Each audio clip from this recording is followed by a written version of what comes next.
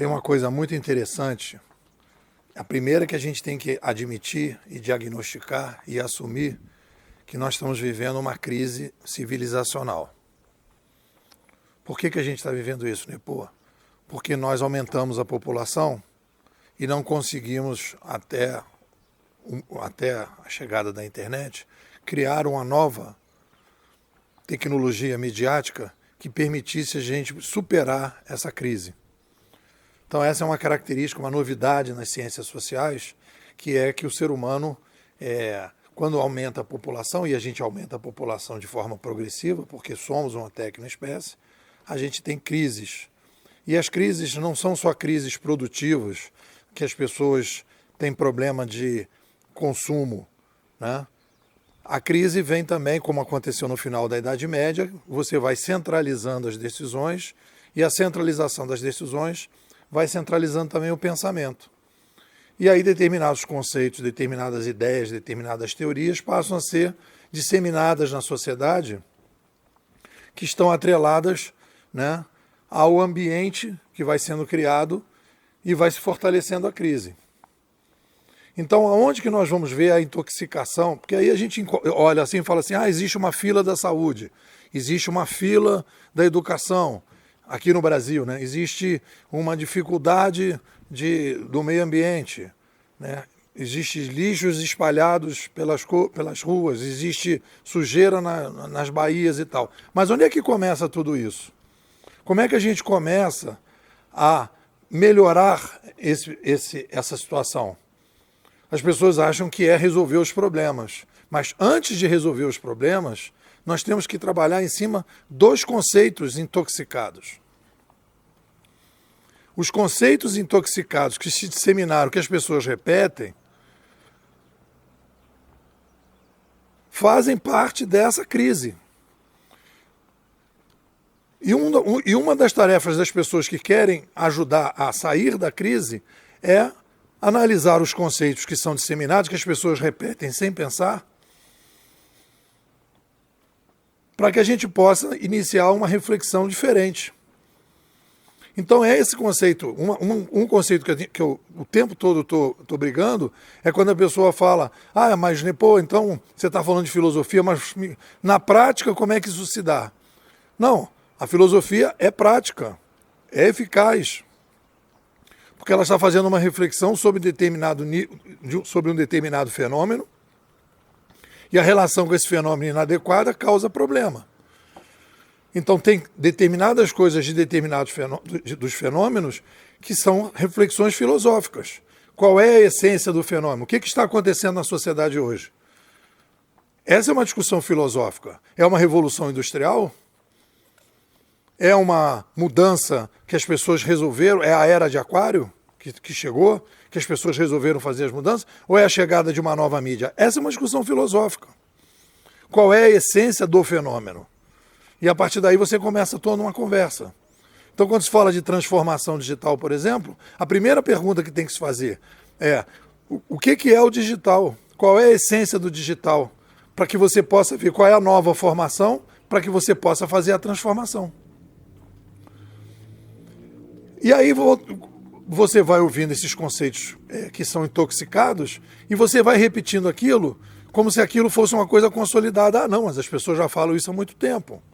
Né? Eu trabalhei aqui a ideia da ciência da informação, a ideia da sociedade da informação, sociedade do conhecimento, que quando eu fiz doutorado todo mundo botava logo no primeiro parágrafo, nós que vivemos a sociedade do conhecimento, nós que vivemos a sociedade da informação, pronto, aí o cara já se sentia inserido.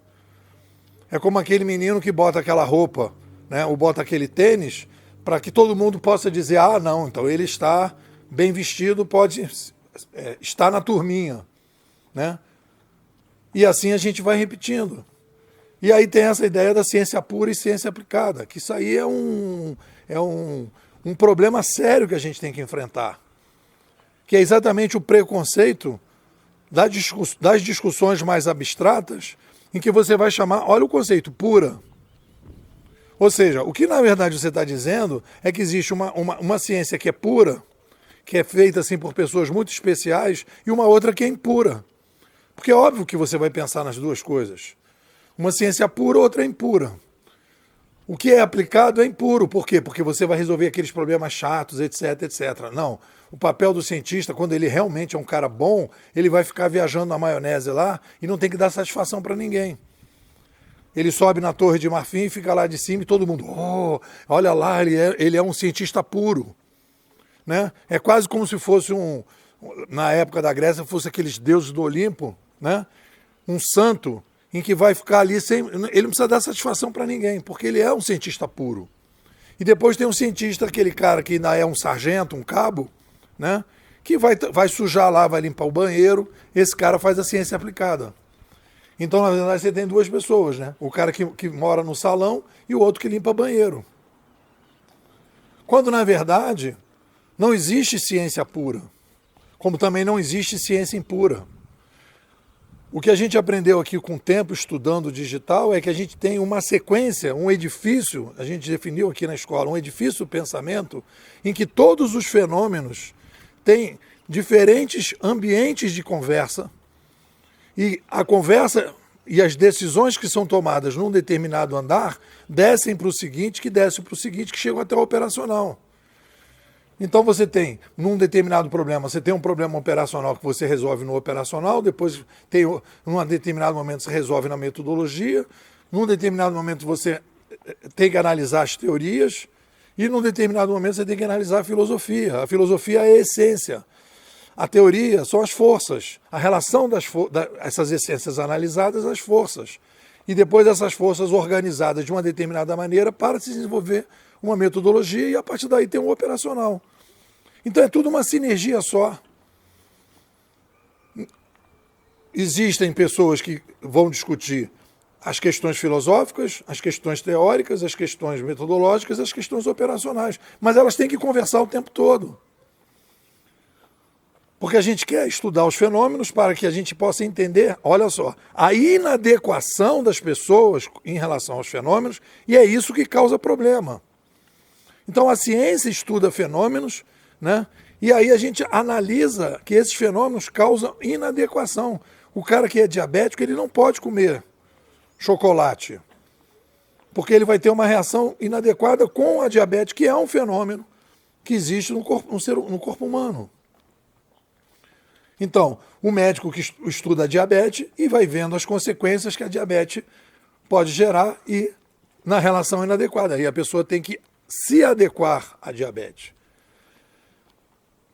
Então, essa discussão pura aplicada faz parte de uma outra discussão complicada, que é uma intoxicação que a gente tem, da separação, né, do pensar e do agir. Isso tem muito a ver com esse pensamento americano, que é o pensamento, que é o pragmatismo radical, em que a gente faz, que tudo bem, mas num determinado momento, como é o nosso caso agora, que a gente tem uma disrupção do pensamento, a gente precisa questionar a nossa maneira de pensar sobre as coisas, a filosofia das coisas. E é isso que a gente precisa rever. É disso que a gente precisa rever. Então, para que a gente possa aprimorar e sair das crises que a gente tem hoje, a gente precisa entender que muitos dos conceitos que a gente usa sem pensar estão, ao invés de ajudando a minimizar e solucionar a crise, a gente está reforçando essa crise. É um pouco por aí. O que vocês dizem?